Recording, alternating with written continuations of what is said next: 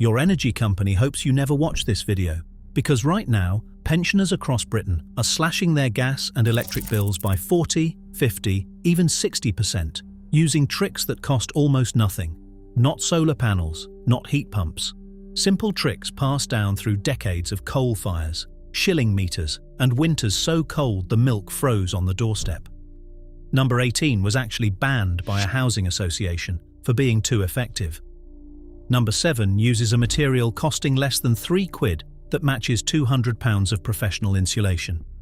Energy companies spent billions teaching us to turn the thermostat up and pay the bill. Your nan already knew how to stay warm. Hit that subscribe button because what you're about to learn could cut your next bill in half. Let us count down the 25 smartest energy-saving tricks British pensioners have been using for decades. Number 25. Curtain closing at dusk. This sounds so simple it barely qualifies as a trick. But your grandmother closed every curtain in the house the moment the sun dropped. Not at bedtime, at dusk.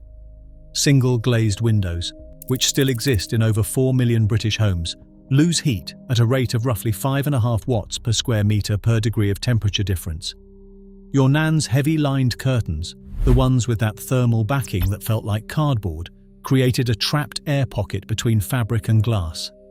That dead air acts as insulation. Studies from the Energy Saving Trust found that lined curtains can reduce heat loss through windows by up to 40%. That is not a gimmick.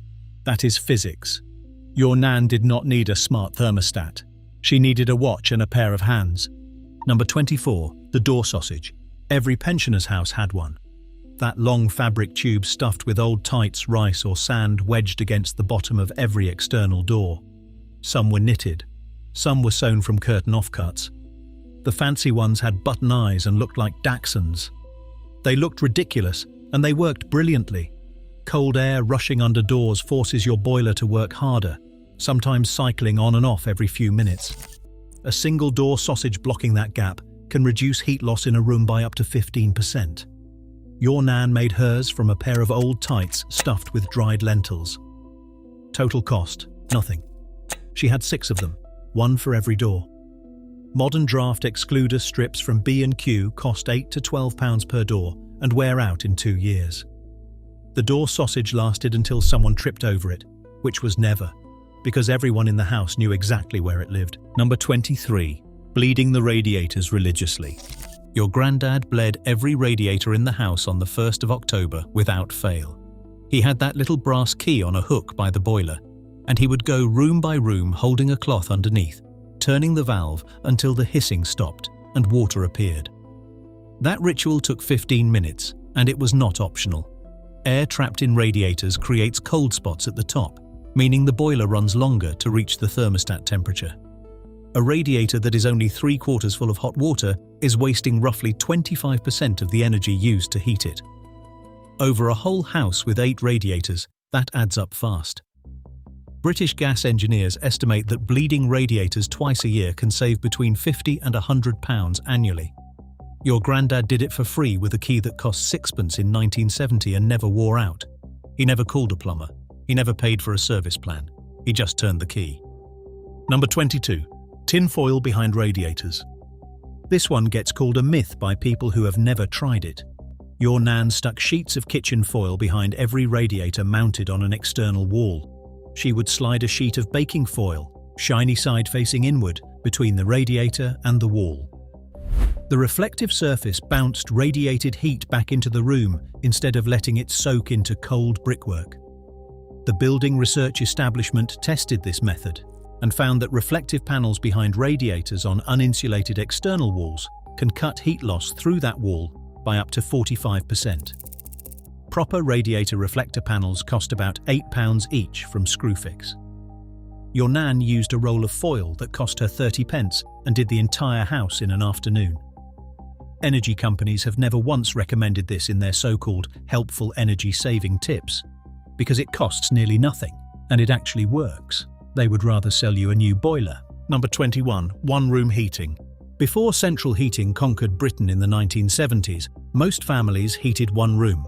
The front room, the parlour, whatever you called it. Everyone gathered there after tea. The rest of the house stayed cold. Bedrooms were freezing. The kitchen had the oven, and the family stayed warm together. Modern pensioners who still practice this trick turn off every radiator except the living room and the bathroom. Thermostatic radiator valves, which most homes already have, make this effortless. You turn them to frost protection in unused rooms and set the living room to 21 degrees. The boiler barely works. According to the Energy Saving Trust, heating only the rooms you use can reduce your gas bill by up to 35%. That is hundreds of pounds a year. Your Nan was not being miserable. She was being brilliant. The whole family in one warm room, watching telly together. It saved money and it kept everyone close. We heat empty spare bedrooms now and wonder why the bill is £4,000 a year. Number 20. Hot water bottle rotation. Electric blankets get the headlines. Hot water bottles get the results. Your Nan filled 2 rubber bottles every evening at 9 o'clock. One went into her bed 30 minutes before she got in. The other sat on her lap while she watched Coronation Street. A 2-litre hot water bottle holds enough thermal energy to keep a bed warm for 6 to 8 hours. That is an entire night of warmth for the cost of boiling a kettle, roughly 3 pence. Compare that to running a bedroom radiator all night, which costs between 40 and 70 pence, depending on your tariff. Over a winter, the saving is well over £100. Your Nan had a knitted cover on hers, the kind with the cable stitch pattern that smelled faintly of lavender and rubber. It was not glamorous. It was effective. Number 19. Cooking in batches on one oven cycle. Your grandmother never turned the oven on for a single dish. If the oven was going on for a Sunday roast, everything else went in with it. A rice pudding on the bottom shelf, jacket potatoes wedged in every gap. The oven was on for 3 hours regardless, so filling every inch of space meant extracting maximum value from every unit of gas. After the roast came out, she would slide in a casserole for Monday and a crumble for Tuesday while the oven cooled down, using the residual heat that would otherwise be wasted. That residual heat keeps an oven above 150 degrees for 20 minutes after being switched off, enough to finish cooking stewed fruit or prove bread dough. Modern households fire up the oven twice a day sometimes, preheating for 15 minutes each time to cook a single frozen pizza. Your Nan used one oven cycle to cook for 3 days. Number 18. Cling film on windows. This is the one that got banned by a housing association in Sheffield in 2019 for being unsightly. But pensioners across Britain have been doing it for decades, and it works better than most people realise. You stretch a sheet of cling film across the inside of a window frame, using double-sided tape to hold the edges. Then you blow it tight with a hairdryer. The heat shrinks the film taut, creating a sealed air gap between the plastic and the glass that mimics the effect of double glazing. The building research establishment confirmed that secondary glazing of this type reduces heat loss through single-glazed windows by up to 50%. A roll of cling film costs about £1. A roll of double-sided tape costs £2. For £3 total, your Nan double-glazed her entire house every October. Actual double glazing for a 3-bedroom semi costs between £3,000 and £7,000. This is not a bodge. It is the same principle. Trapped air is trapped air. First pattern break. Here is where things get clever. Your Nan knew something about her boiler timer that most people never figure out. She set the heating to come on 30 minutes before she woke up and switch off 30 minutes before she left a room. Because a warm house holds its temperature for longer than you think. Brick walls, carpets, furniture and curtains all store thermal energy. Once a room reaches 21 degrees, it takes roughly 40 minutes to drop to 18 with the heating off. By programming the boiler to switch off at 9:30, the room stayed comfortable until well past 10. That half hour of free warmth every morning and every evening added up to roughly 3 hours a day the boiler was not running. Over a 6-month heating season, that is 540 hours of saved gas. At current rates, that could mean £150 saved annually. She did not need a Nest thermostat. She needed a £20 timer clock and common sense. Number 16. Draft-proofing the letterbox. That brass letterbox on your front door is an open invitation for cold air. Every time the wind blows, it lifts the flap and sends a jet of freezing air straight down your hallway. Your nan fixed this with a rectangle of carpet offcut glued to the inside of the flap. Some pensioners used a purpose-built letterbox brush seal from the ironmonger, costing about £2 in the 1980s. Others simply taped a folded cloth over the inside during the worst months. The National Energy Foundation identified letterboxes as one of the top 5 sources of uncontrolled ventilation in British homes. A single unsealed letterbox can let in as much cold air as having a window open 2 inches. For a fix that costs less than a cup of tea, the saving is disproportionately huge. Yet when was the last time you saw this in an energy company's advice leaflet? Never, because it does not require buying anything they sell. Number 15. Wearing layers instead of turning up the thermostat. It sounds like a joke, just put a jumper on. But the mathematics are deadly serious. Every single degree you raise your thermostat adds approximately 3% to your heating bill. Turning the dial from 21 to 23 degrees costs you 6% more over the entire winter. For a household spending £2,000 a year on gas, that is £120 for 2 degrees you could have solved with a vest.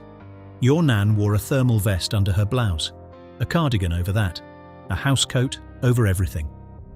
She sat on the sofa with a blanket across her knees. Her thermostat sat at 18 degrees. She was warm. Her bill was manageable. We keep our houses at 22 degrees wearing t-shirts in January and then complain about the cost. Number 14. The tea cozy economy. That knitted dome sitting on your nan's teapot was not decoration. A tea cozy keeps a pot of tea hot for up to 45 minutes longer than an uncovered pot. That means one boil of the kettle produced 4 or 5 cups instead of 2 before the tea went cold. The kettle is one of the most used appliances in a British home, boiled on average 4 to 5 times a day. Each boil costs between 2 and 3 pence.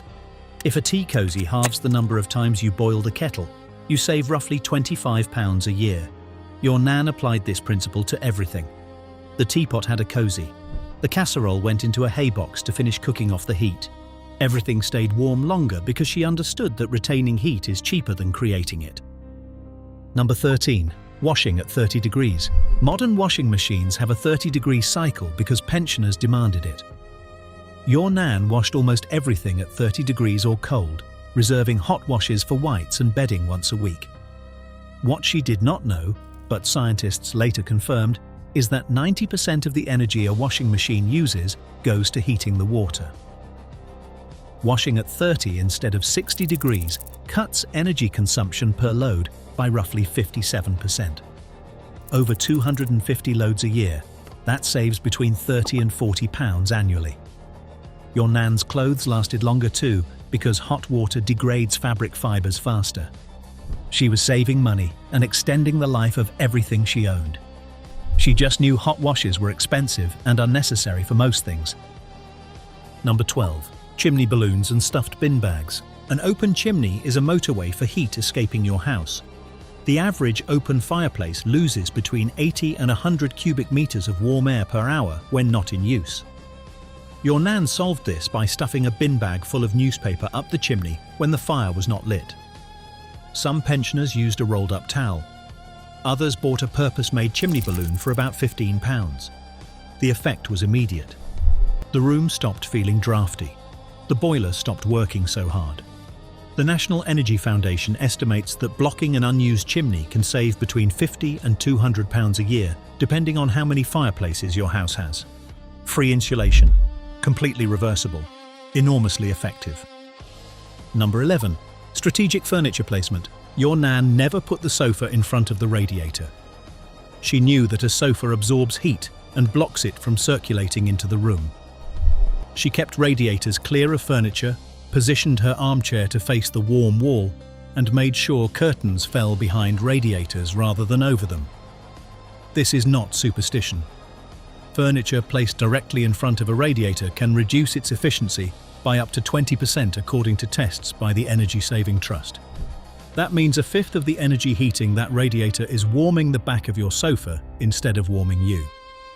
Your nan arranged her room so the warmth moved freely and hit the people sitting in it. She did not need a thermographer with an infrared camera.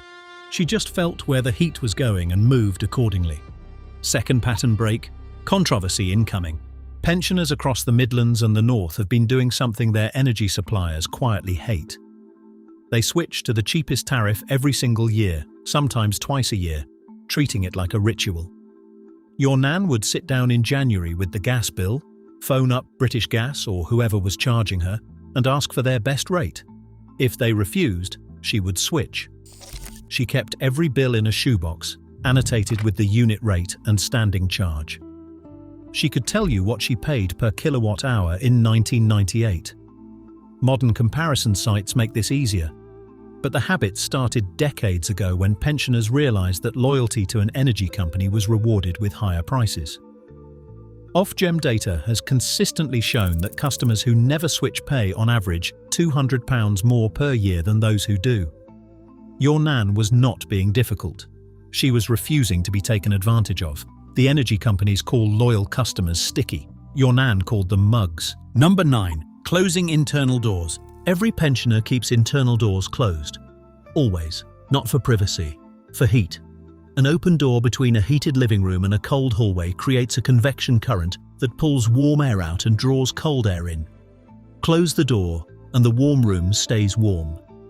British homes lose an astonishing amount of heat through open-plan living. The trend toward knocking through walls and removing doors has increased energy consumption in the average home by an estimated 15 to 20%, according to research from University College London. Your nan's house had doors on every room, and she closed every single one. The living room was a sealed, warm box. The kitchen had its own heat from the oven.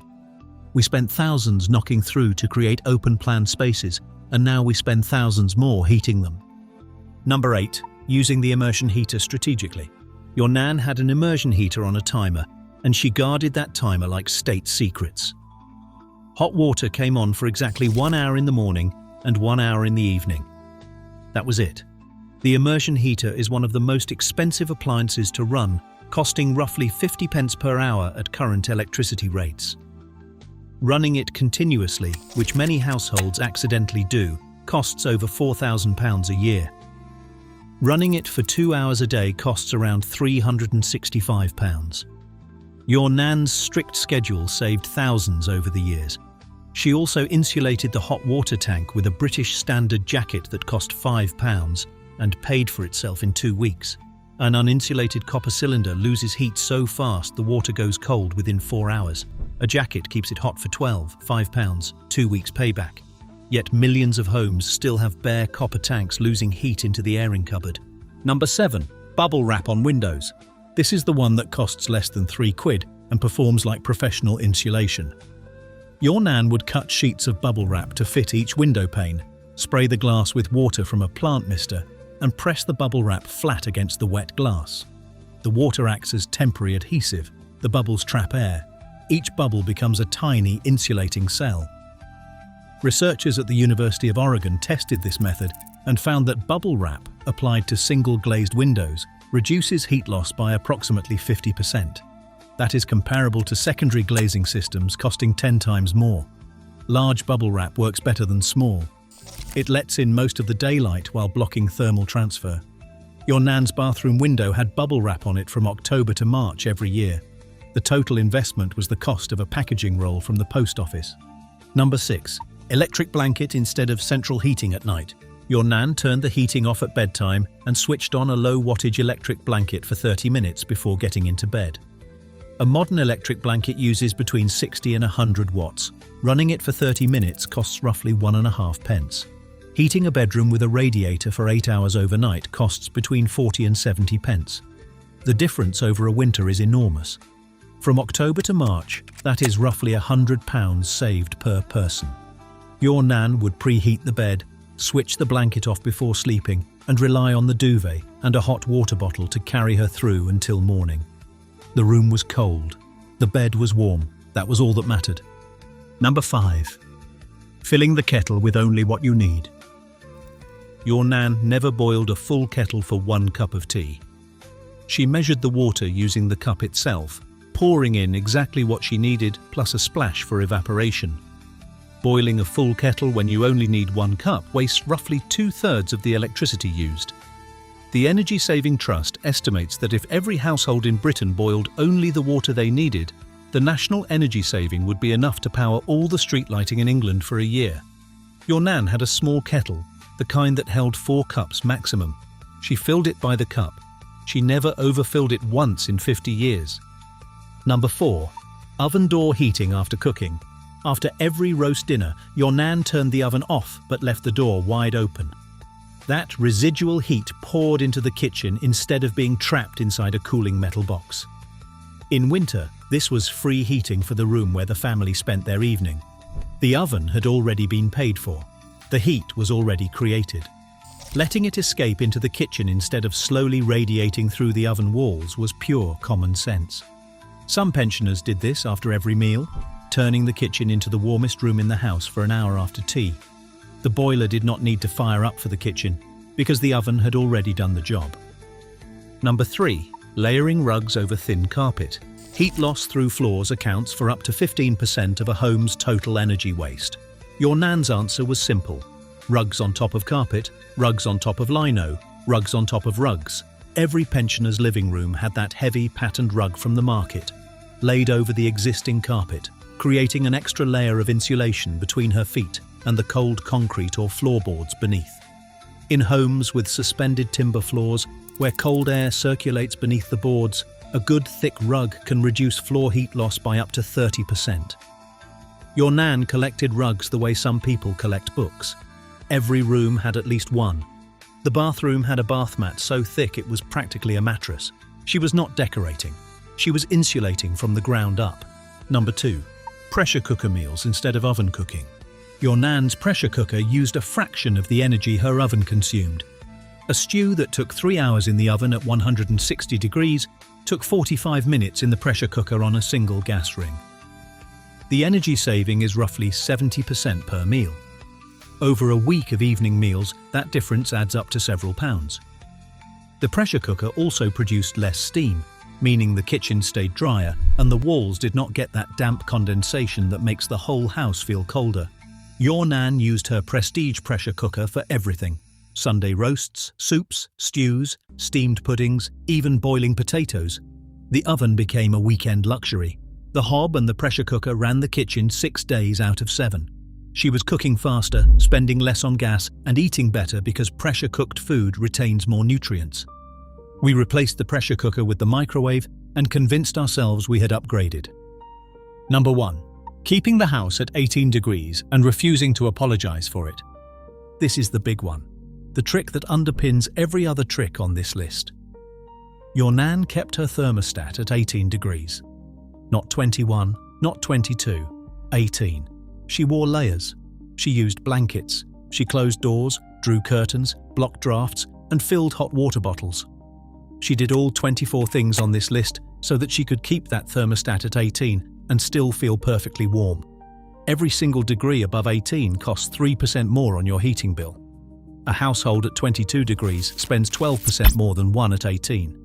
On a £2,000 annual gas bill, that is £240 for nothing. For thin air that drifts out through the letterbox, the chimney, and the single glazed windows. Your nan refused to pay it. She insulated her world instead of heating the sky. She understood something that energy companies desperately hope you never figure out. It is always cheaper to keep heat in than to create more of it. Here is my challenge.